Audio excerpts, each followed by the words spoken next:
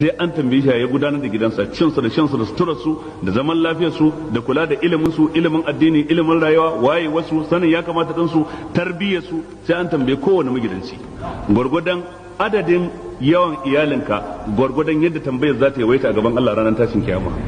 Tambayar da za a wa mai mace biyu ba daidai take da mai ɗaya ba, mai mace uku ba daidai take da mai biyu ba, mai ƴaƴa hudu biyar shida ba daidai ne da mai ɗaya ba, mai ƴaƴa 17 ko 20 ba daidai ne da mai ƴaƴa 5 ba. Kowa sai an tambaye shi.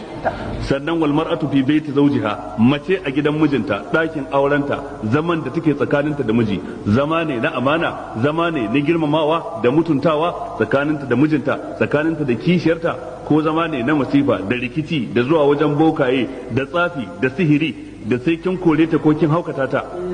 sai an tambaye ki. Ko sai kin sihirce mijin ya zama bi ta zaizai sai abin da kika ce, ya zama kamar irin zombi din nan, kamar raƙumi da akala, sai an tambaye ki ranar tashin kiyama. Ko zama ne kike na fi sabilillahi, biyayyar aure da jin tsoron Allah da amana da gaskiya da riƙon amana, sai an tambaye ki ranar tashin kiyama. Haka wal khadimu fi mali sayyidihi, yaro game da dukiyar ubangidansa, yaron gida game da dukiyar ubangidansa, yaron gida tun daga direba har mai wanke-wanke har mai gadi, har yaronka a kantinka, har yaronka a kasuwarka, har sakatarenka a kamfaninka, dukkan wani wanda yake karkashin wani, kowane irin nauyi ya dora maka sai an tambaye ka, ka hayince shi ko baka hayince shi ba, ka rike amana sa ko ka yi masa magudi. Kowa da kowa ya shiga ciki.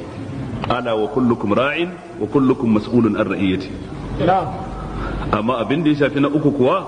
wannan ina kyautata san mun yi magana akan zakka a cikin Ali Imran wajen faɗin Allah ta'ala sayutawquna ma bakhilu bihi yawm al-qiyamah walillahi mirasu samawati wal ard wallahu bima ta'maluna khabir. Wannan ma kawo hadisin Bukhari wanda yake nuna cewa dukkan mutumin da baya fitar da zakkarsa ranar tashin kiyama za a rikida a jirkita dukiyar